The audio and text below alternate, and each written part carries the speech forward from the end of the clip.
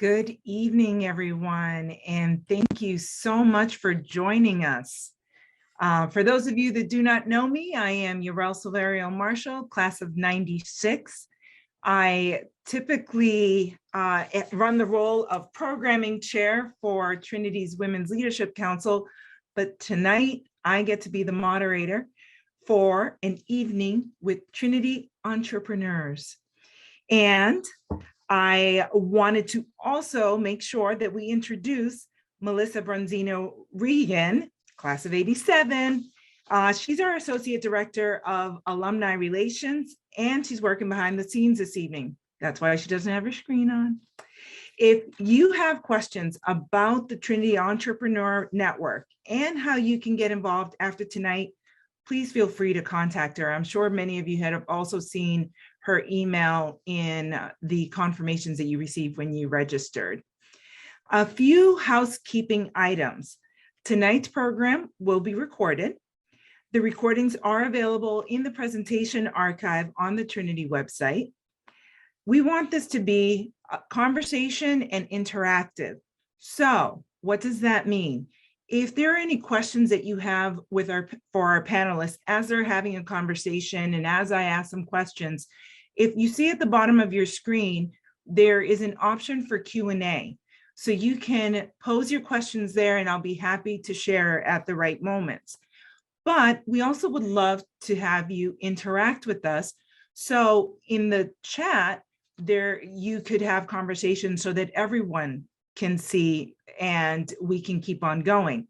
And I will actually start with a question that you can start thinking and maybe putting in the chat.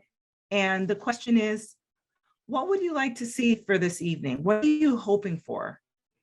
So just something to think about. I'd be looking forward to that. And if you can also include where you are connected from. And let's see. Finally, feedback, it's important. So please watch your email for our post-event survey. As much information you can give us allows us to continue to give you some programming that would be of interest. Now, the Bantam spirit has always been an entrepreneurial one. I have a hard time saying that word, by the way. In celebration of Women's History Month, we're delighted to have 3 of Trinity's female entrepreneurs with us to reflect on their experiences and share insights on how to succeed as an entrepreneur. There we go, we got this. So please join me in welcoming Tracy Killoren Chadwell, class of 87, who was a political science major and is now the founding partner of 1843 Capital. We have Abigail Cookstone, class of 2010, art history major and founder and CEO of Otherland. And let me tell you, those candles are.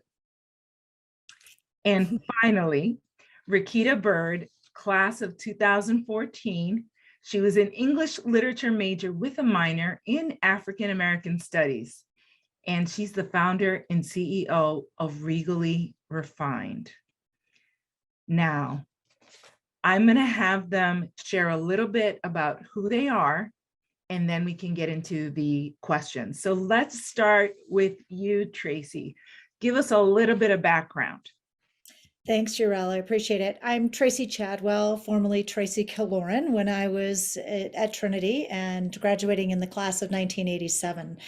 My journey to becoming a fund manager, which is the company that I built, started at Trinity when I was a political science major and continued on through law school and then switching over to finance. I decided to go to law school in political science because my dad said that you'll always have a job in law because the only real thing in life is death and taxes. Well, he was right, but I really preferred the finance side of things. So I did switch to finance and became one of the first women partners of a growth capital fund called Baker Capital, and then decided to build my own firm in 2018.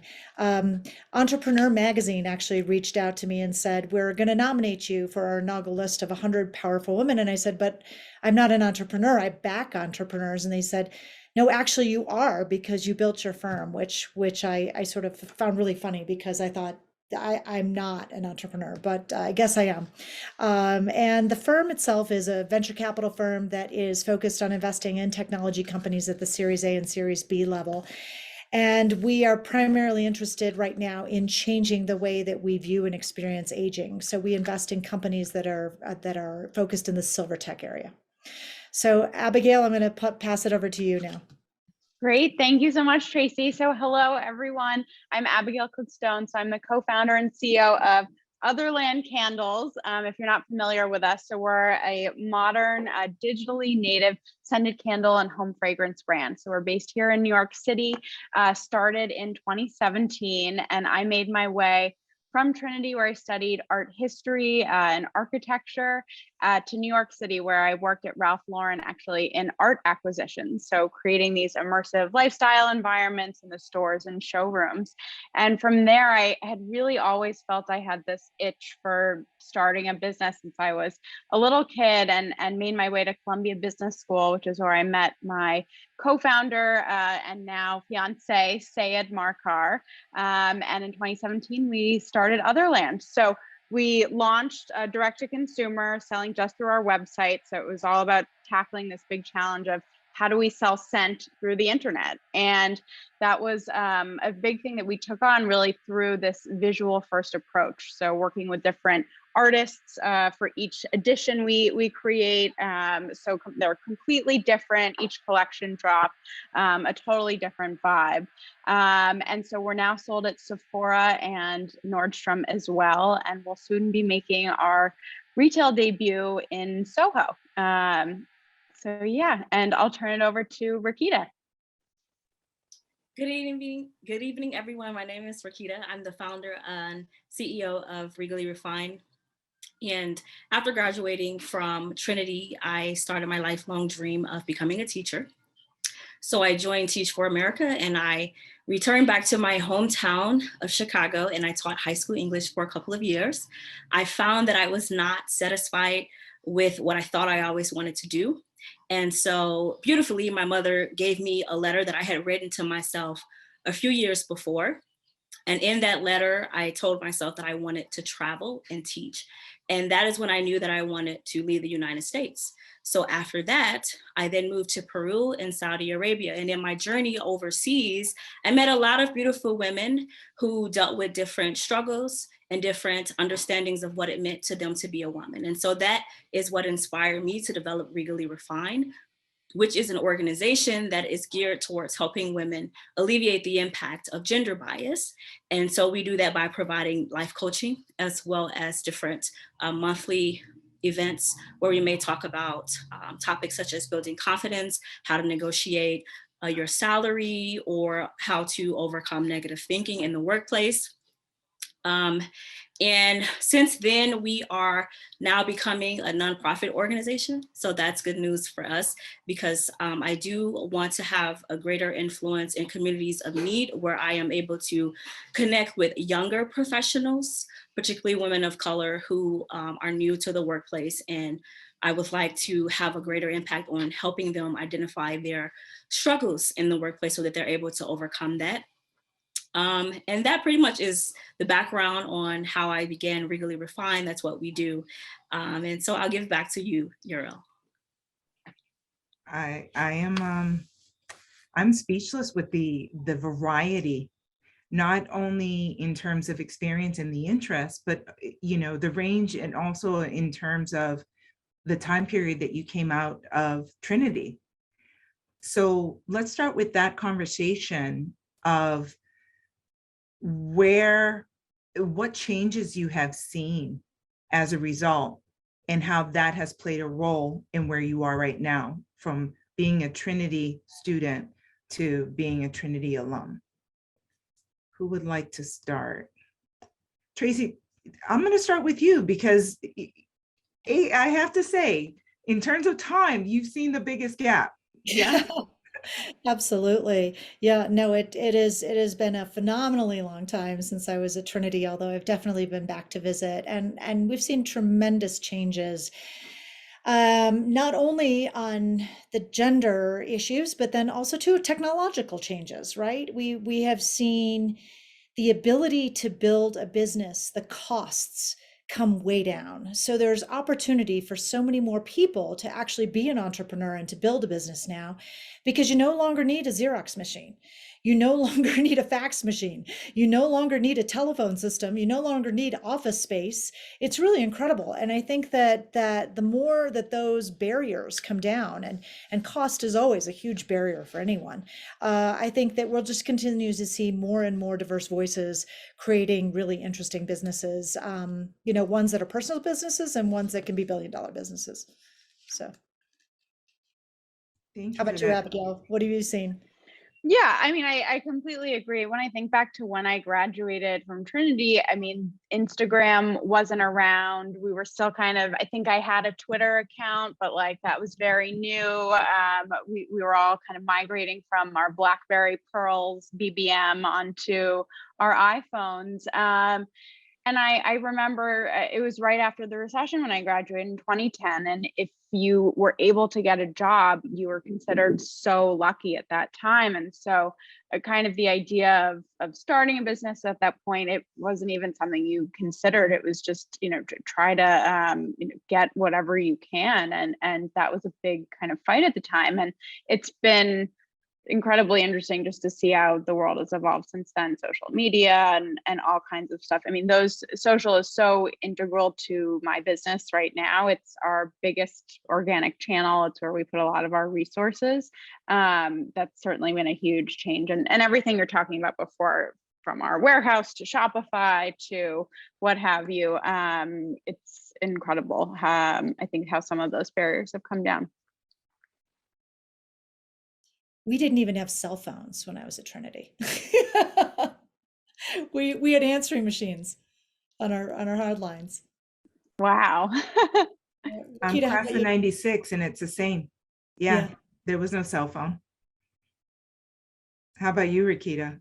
I definitely think the times have changed for the better. It has allowed a lot of people to be able to use their gifts and their leadership skills to touch other people, to be able to reach people around the world. I mentioned in my experience, I was able to travel. I wasn't just on Trinity making a difference. I was able to be in South America and in the Middle East.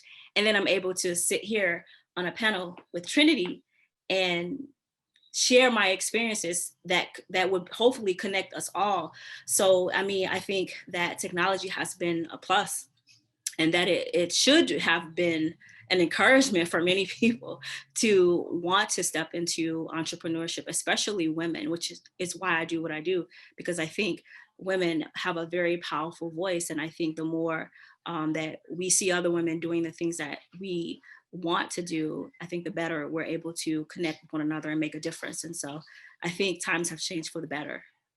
Definitely. There's always time for improvement, right? Especially when we look back, hindsight is 2020. But what do you think, what experience did you have at Trinity that you feel that you've been able to use in your roles now as entrepreneurs? A big thing for me is, so my art background and that passion that was really nurtured at Trinity, and with professors like Kathy Kern, who was a big influence for me, really nurtured that and gave me this both a visual vocabulary where I can talk about and describe artwork, and just that passion, but so much of where Otherland evolved from. So this idea that I found myself burning candles every day. My friends were doing the same thing. There was sort of this big gap in the market. It's a massive market, a big incumbent. The luxury brands that were super expensive. You'd be afraid to burn it, but had these great scents. A more affordable mass market, but very kind of artificial, bakery, cloyingly sweet scents. There was this white space that we could go into, but the idea of selling scent online or to grow through digital platforms like social media, how would we do that and really stand out without taking this art forward approach? So this is our Mountain Lace scent, which is from our Manor House Weekend collection in the fall. So it has notes of elderflower fizz, and jupere and apple blossom.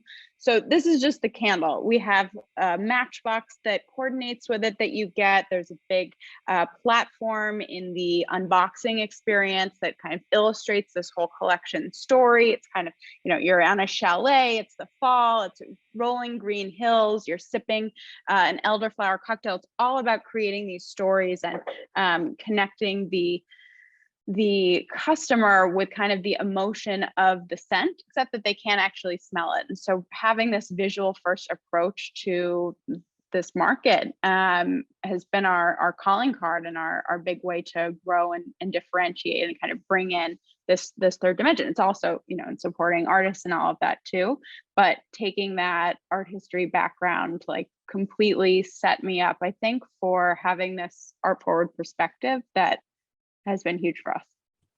Anyone else want to add to that? So I had two great professors at Trinity that really helped shape my thinking, and one was Rambir Vora, and he very specifically opened my eyes to a greater worldview, and encouraged me to end up going to work in Japan, which I did, which now has come full circle 30 years later into the fact that I'm investing in technology for the aging, and Japan is a real role model for us when we look to see what's happening in innovation and what they've done to support all the caregiving needs and retirement needs that they have there. But then also too, Ralph McKee. Professor Ralph McKee was a really special person, really incredible, and was really helpful, not only to myself, but to everyone else he touched, in terms of encouraging us to take leadership positions and to also be thoughtful and speak our minds whenever we felt appropriate, which I really greatly appreciate and carry with me to this day. I also think this question highlights the beauty behind a liberal arts education. So for me, being an English literature major, I had a plethora of opportunities for me, but also on campus, just the opportunities that were there for me to walk into leadership, whether it be the Pride program or working with the Women's and Gender Resource Center. I was able to foster a lot of the skills that I'm using now with my business. And so I definitely think Trinity definitely sets you up for success to be an entrepreneur. But I think in anything you want to do at Trinity, you can definitely find a way to develop your own sense of style and your own identity within your own business if you are interested in entrepreneurship. Wise words.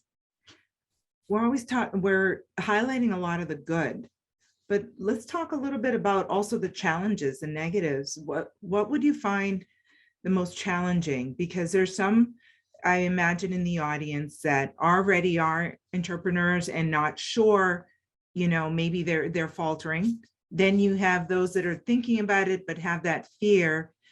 It'd be good to talk about, you know, the good and the bad. How should we balance these things?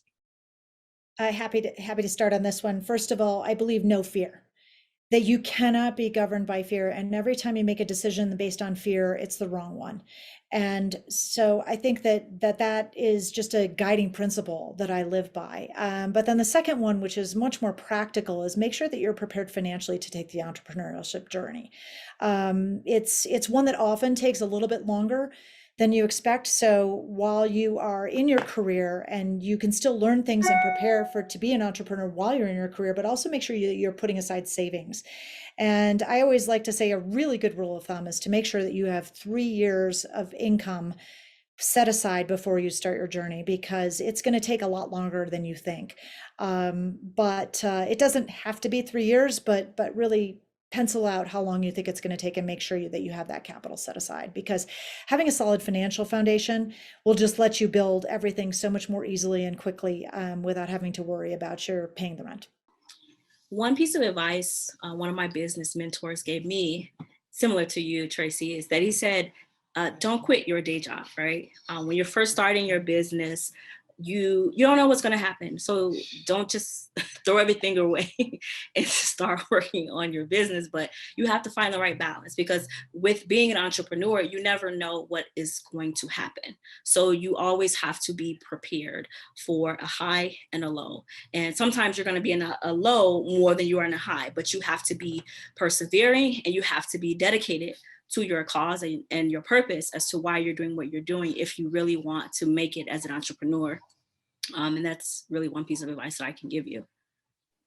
And I'd echo what Requita said completely, that being an entrepreneur, you're just surrounded by uncertainty, right? You have to get comfortable operating in this environment of uncertainty. And it's not only, with the business, but life happens while you're an entrepreneur. And I remember as I was starting Otherland right after school, both of my parents ended up passing away. They were sick and passed away. And I'm not the only entrepreneur. You have to deal with life, and having, I think it's not just this deep, unshakable conviction in why your company and your solution needs to exist in the world, but also having that support system and being able to build, like Requita mentioned, business mentors, advisors, a therapist, building your kind of personal trust network of people that you can turn to for support. And so I think that is a critical thing. And I'm sorry, Abigail. Oh, no, thank you. Thank you.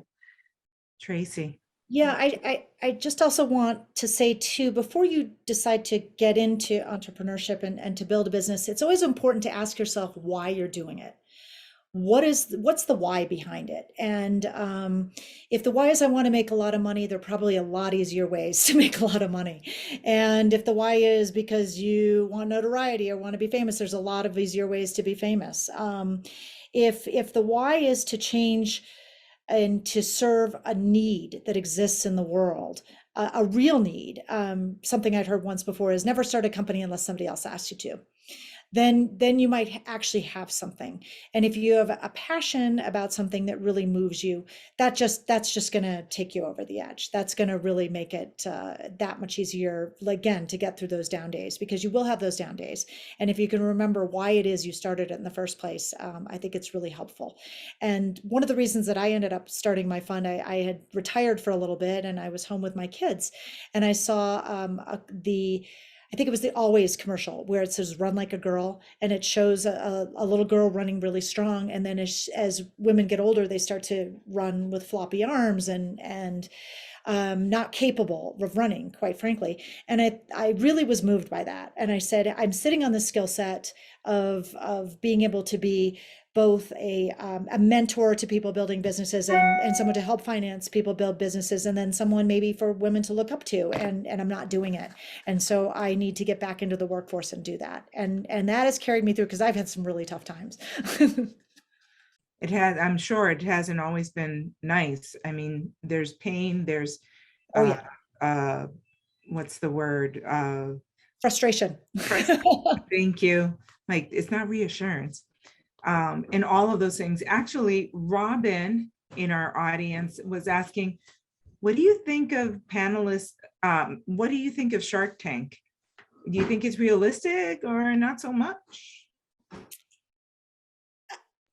Go ahead, Abigail. It's such a great show. I have so much fun watching it. Some of my friends have been on it, and my friend who started Piper Wide natural deodorant, and it can be a great way to get a big pop of awareness that is really kind of life-changing at that scale. But I think it didn't make sense for my company. I think it's entertainment. And yeah, Tracy, what do you think? I'm really jealous of it, actually, because those guys, because of their notoriety and who they are, they get much better deals than I do. A lot of the times I'll sit there and I cannot believe the valuations of the companies where they're allowed to invest like $3 million or $5 million. And when we invest, we have to pay up a lot more, and thus, our same dollars don't go as far, and we get a smaller percentage of the business. But it's definitely entertaining, and I think there's a lot you can learn from it. Requita, Yeah, it's definitely a great start. I don't think it's the only option. Like you said, Abigail, it's entertainment. It's meant to do just that.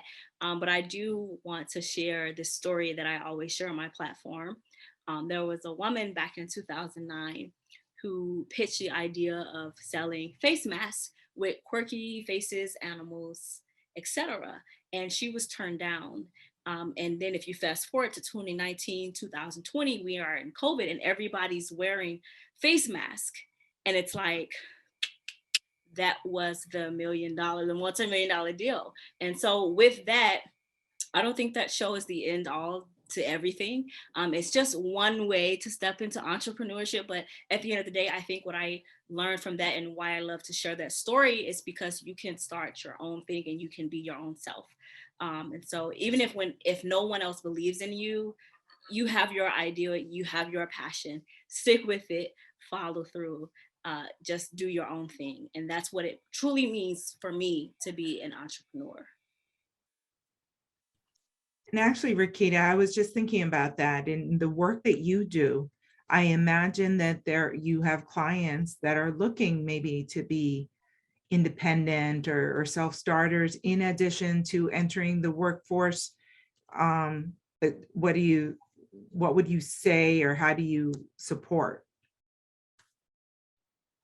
I think for me, it's just really going back to what Tracy mentioned earlier, is to understanding your why. Why do you want to do what you do? And when you have a why, no one can take that from you. And that's sort of your force, their driving force, when you understand why you're doing what you're doing. And so my piece of advice to anyone who's looking to get into entrepreneurship is to first understand why you're doing what you do. And it shouldn't be about finances, because that's not going to always come around. So it should be the cause or the purpose that's truly driving you. Because again, you had a woman who pitched a brilliant idea a decade ago on a TV show, and it didn't work then, but that doesn't mean, or that didn't mean, that it wasn't a brilliant idea. And so you have to be passionate about your why. And so just knowing that and sticking to that truly is what I believe makes an entrepreneur successful. Well, let's think about it this way. The theme for 2022 for Women's History is #break the barrier, right?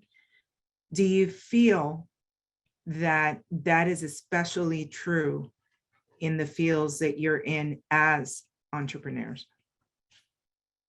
Oh my goodness. I mean, women get 2% of venture dollars, and women venture capital managers, we manage 3% of venture capital dollars. So breaking barriers, oh my God, it's every single day.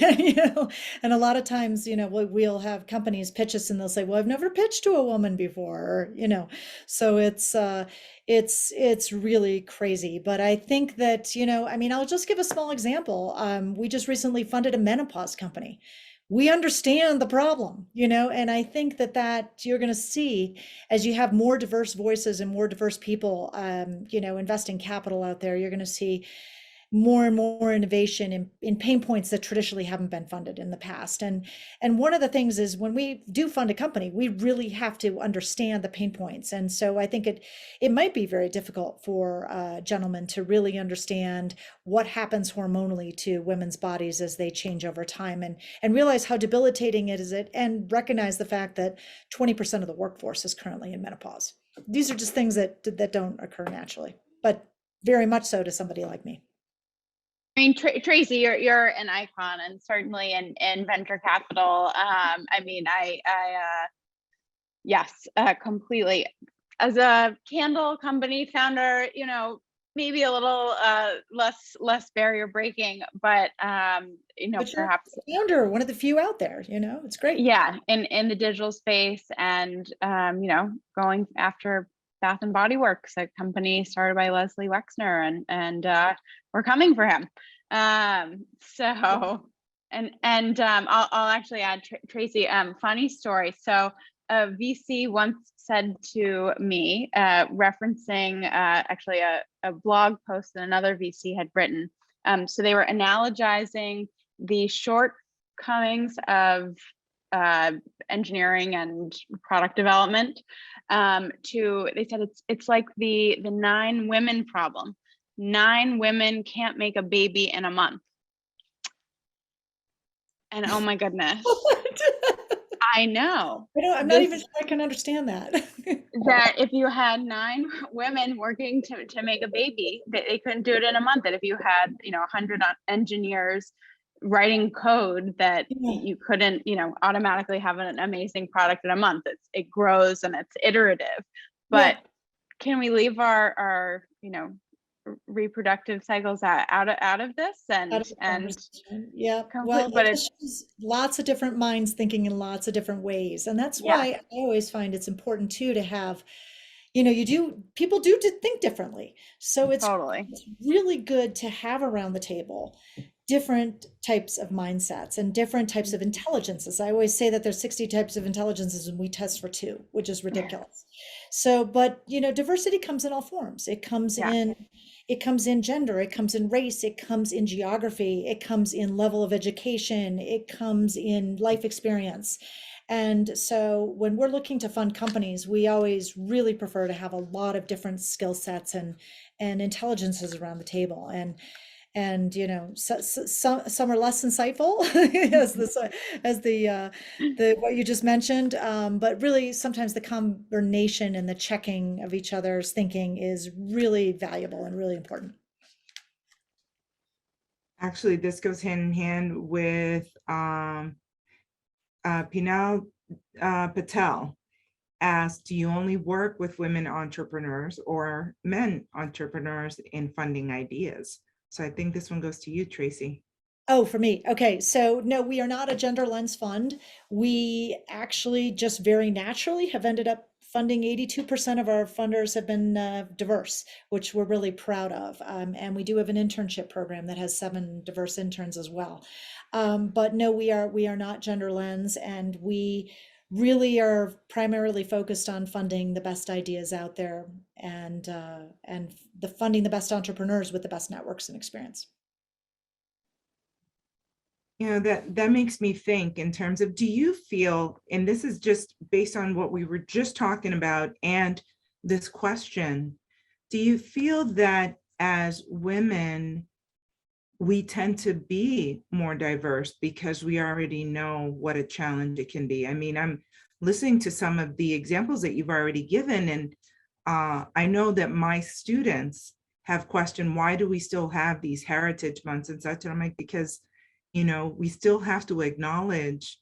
So they're in their young world, they don't even know that discrimination still occurs, because Right. we should all be doing things. So what do you think? Do you feel that that's something else that we're doing as women, is diversifying the different fields? Well, I think one of the things that we don't really fully understand yet is that there's unconscious bias that's still out there, and there's a lot of everybody's nice to each other, and especially too in protected environments like a school or when you're young, it's you don't come across it as much. But there's been a tremendous amount of studies out there. There was one specifically by Harvard and Yale combined, where they had 2 people pitch the identical pitch. So it's not about the quality of the deal. The one was a woman and one was a man, and the woman was 40% less likely to get funded. So there are still those hazards out there, and I think that there's no better way to look at it than to say, that women are still only getting 2.8% of venture capital dollars, and diverse founders, it's even, people of color, it's even more difficult. I mean, I think it's like 0.01% or something like that. And it's not because there's not smart people out there, and it's not because they're not funding, or creating interesting businesses. I just think that we still have a lot of underlying biases, and bringing more diverse viewpoints into the funding stages where I sit, and then one step above with the endowments, the foundations. If you have more viewpoints around the table that are diverse in thinking, then you're going to get more diverse fund managers, and you're going to get more diverse entrepreneurs, and the world's definitely going to be a better place. Hear, hear. Okay, now let's be a little bit more personal. What Sure. would you tell your 22-year-old younger self? What advice would you give your 22-year-old self? Requita, you go ahead because it's closer. I would tell my 22-year-old self to focus on developing relationships with people. I think when I first started my career as a teacher, I was so focused on being the best educator and doing everything right that I forgot about the people around me. And we all know in a workspace, you have to build family. You have to create positive rapport with people. And so if I could start over, I would go in thinking team and family. So that's what I would tell myself at 22, or my 22-year-old self. I love that. I think that's a great one. For me, I think when I was 22, it was like, you're so lucky to get a job. And I had sort of aspired to this career path at Ralph Lauren. And when it wasn't the right fit for me, I really, both of us sort of had been told, you don't want to switch lanes really. And early in your career, you want to get on the ladder and climb, and you don't want to leave a job before at least a year or two and that kind of thing. And I think, I would tell my 22-year-old self, you've got to follow your passions. And if it's not the right fit for you, that's okay. But you got to keep moving and find the next thing and get, whether it's the networking to find the next fit or whatever. But I think it took me a little too long to kind of make the moves to find what made my heart really sing, which is entrepreneurship. So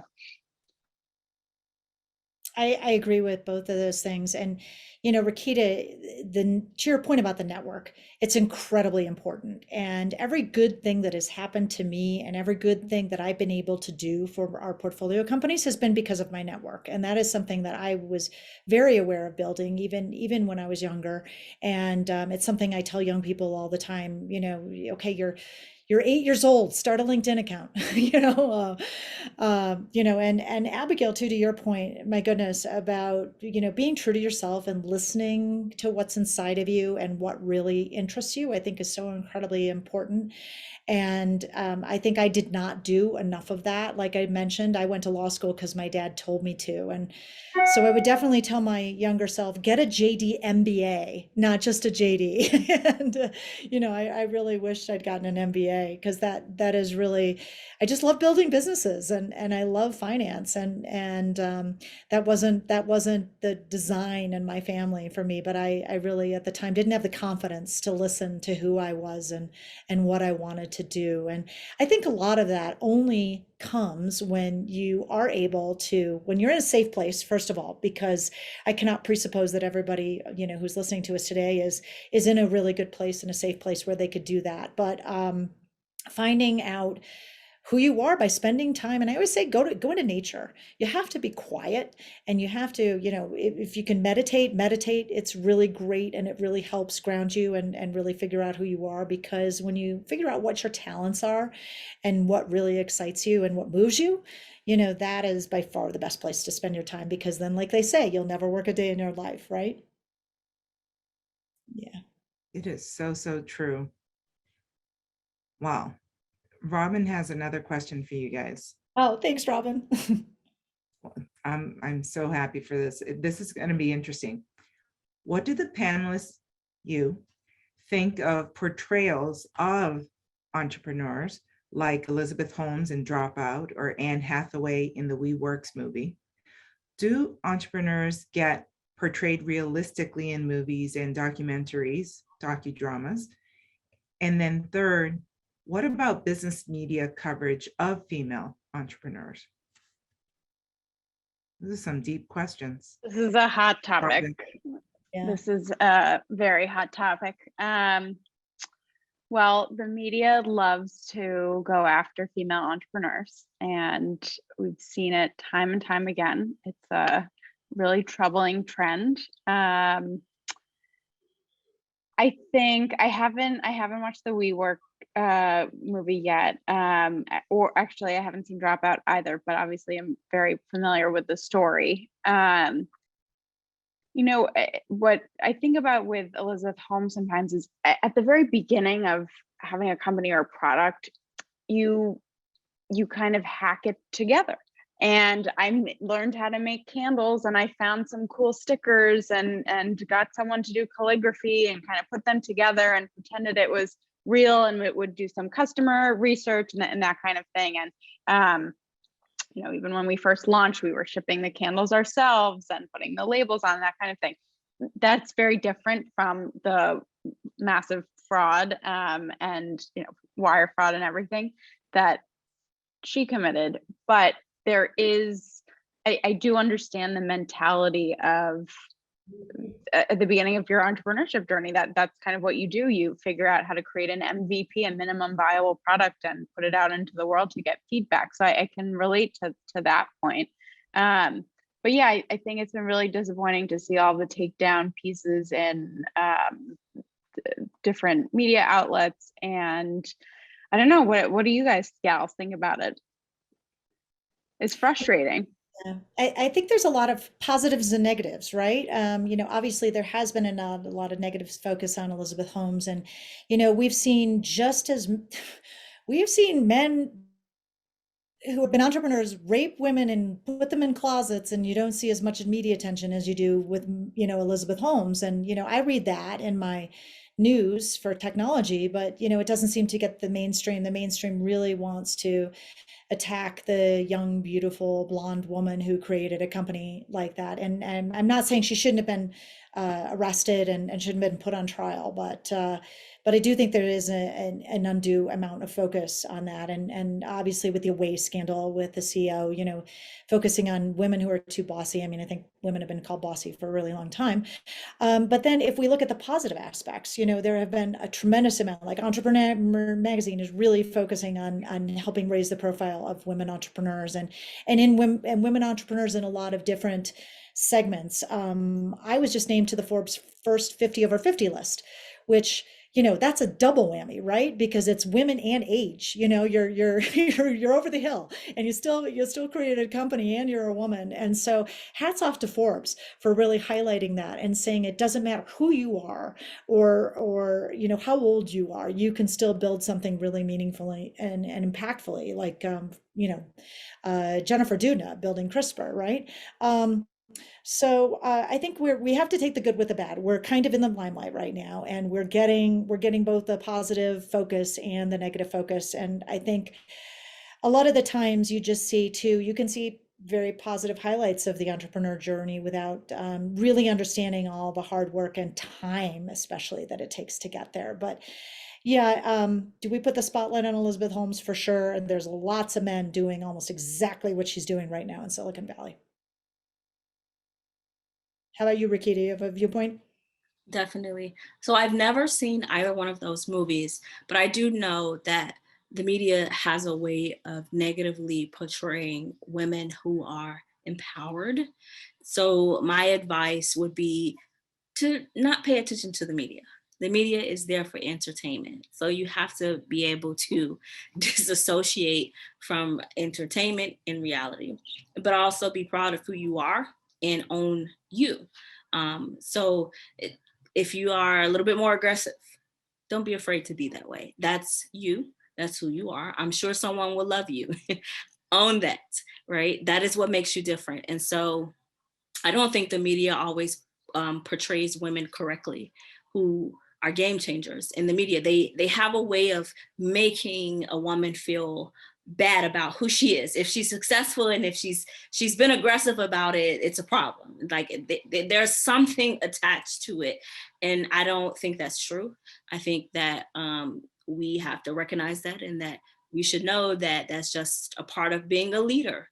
No matter if you are a male or a female, a woman or a guy, people will criticize you. So just deal with it, right? That's something that comes with it. And I just don't think that we should really focus on the media's way of portraying us as women, because it's not true. And even if there is some truth to it, a lot of people can deal with it. It's not just you. And by knowing that it's not just you, that should motivate you to keep going, because you're not alone. Well, Rachel Ng has a very good question that I think is also a good follow-up. And this is more in terms of for you, you three, do you feel imposter syndrome? And if you do, how do you manage it? I definitely do. I absolutely. I mean, I don't think that there's a person out there that doesn't at some point have some insecurity about their skill set, their ability, that they've chosen the right path. I think we all feel that way, no question about it. One of the things that I don't think people understand with venture capital is that we don't just have a pot of capital that we can allocate. We have to actually go out and raise the capital ourselves. And one of the things that we have to do is pitch endowments and foundations and pension funds and consultants and go through a very rigorous analysis process on their side to determine whether or not we have the right strategy and if we've implemented it correctly. And so one of the things I do before I have a call with each one of these people is I remind myself that nobody knows my business better than I do. Because during those calls, you'll have a lot of pushback and get back on your heels and really make you second guess yourself. And you just have to keep reminding yourself, if you're building something, nobody knows it better than than nobody knows about your business better than you do. And just something to remember. I also, know that there's a Amy Cuddy video out there about power posing, where if you put your hands on your hips for a little while, it just makes you feel a little bit bigger and a little bit stronger. And I think some types of devices like that can be helpful. But then also too, back to that why, I think that's a recurring theme about this, right? If you are doing it for the right reasons, just always come back to that too. And to use tools like exercise, meditation, and make sure you have enough sleep to really reset and to give you the confidence, because when you do have the confidence, it's a lot easier to get over any doubts. I mean, yes, absolutely feel imposter syndrome all the time. And it's a skill to, I keep trying to get better at having kind of my voice overcome that noise and just keep reminding yourself. And someone who talks about this a lot, who I think has been really helpful to read her book, is Kern Lima, who was the founder of It Cosmetics, which she sold to L'Oreal. But she has this book called Believe It. I often find, I know, sometimes like a little physical sort of item to remind me about that. And Tracy, how you were speaking about before your pitches, and that's something we've had to do quite a bit of, whether it's to Sephora or for what have you, or for our new store to the landlords taking on a startup. So I'm not wearing it today, but often I would do like a power red nail, which is my mother's kind of signature. And so it could be something like sort of as small as that, that just kind of, or wearing heels that make you feel incredible, even though you're on a Zoom pitch. But little techniques like that can sometimes help you kind of fake it till you make it. Or fake it till you feel it. Exactly. Well, because of time and the questions are coming, now I'm going to popcorn a little bit. Requita, one of the questions that Rachel also asked is, how do you de-stress, get over the bad days? How do you celebrate the wins? Well, I really love soca music, which is from Trinidad. So just listening to music is a way for me to de-stress and to come back to earth. And so I love to dance as well. And so just being able to connect with music and myself through music is a good thing for me. I celebrate my wins by having a glass of wine. It's just something small, right? It doesn't have to be anything big. I really have a relationship with myself. And I think that's very important, having a relationship with yourself. And so when things do not go the way that I want it to go, I'm able to talk to myself and let myself know that, hey, you let me down, but this is what we're going to do. And then when things do go the way that I want it to go, I congratulate myself, I reward myself. And so I think that is the most important thing here, to answer both questions versus, a negative or a positive. It's just about having a relationship with yourself. That is beautiful. And I think we can all kind of attest to that. We've all had to have a self-talk on both winning and losing. It's okay, pick yourself up, right? That's what we do. We pick ourselves up, we dust ourselves off, straighten out our crown, keep it moving. Yeah. So this one, I believe it's more for Tracy. Chandler's asking, how important is it getting an MBA if you would like to one day start your own company? I think it's any education is never wasted. And it's a very, very good foundation in business building and both the financial aspects, product development, marketing, all the different sides that you need to really understand. Having said that, we see a lot of people build businesses. I mean, yes, he's an outlier, but Bill Gates and Mark Zuckerberg, they didn't end up going to school, let alone going to business school. And so sometimes it's just very naturally inside of you. I also think too, and I think if you don't have the resources to go to business school, there is nothing stopping you. I did not go to business school and I run a venture capital fund, but I've surrounded myself with people that fill the holes that I didn't have, or the education or the skill set. But then also too, back to mentorship. I think mentorship is really important. And one of my best mentors is our books, are people who've done it before me, and listening to podcasts and reading blogs and reading books to see, how it's done in the first place. And you can learn almost as much, through doing things like that than by going to business school. But having, I also don't think it's wasted. So I'll say it was definitely a formative sort of time in my life, and I definitely don't think it's essential. Even from an academic perspective, I don't really know that a lot of what I learned there academically has informed kind of my day-to-day as an entrepreneur. However, having kind of 2 years where I could transition careers, I could build my network, the network kind of rebuilding with 750 business focused students, that was huge for me. And being able to find the right community in which I could kind of nurture and get into the startup world, that was completely worth it. So that was my perspective. There's a lot of thank yous and great conversations, and we really do appreciate all the wise words that the three of you have had to, not have had to, but have shared with us. In about 30 seconds, what are some final thoughts you would like to leave your audience? I'll give you just a moment to think about it. I'll give you those 30 seconds and then give me a 30-second. for me, it's just don't be afraid and go ahead and pursue whatever it is you feel like it's inside of you, because all you have to do is just take the first step, and then the breadcrumbs will start to appear and you can follow them. So no fear. Similarly, go ahead and start whatever it is that's on your heart and be patient about it. Understand that life is full of disappointments. Business is the same way. Everything is not going to go the way you want it to, but you have to be patient. You have to persevere. You have to know your why. And that is what is going to keep you present in your entrepreneurship journey. So keep going, understand your why, and just don't give up. I love all of those, both of those.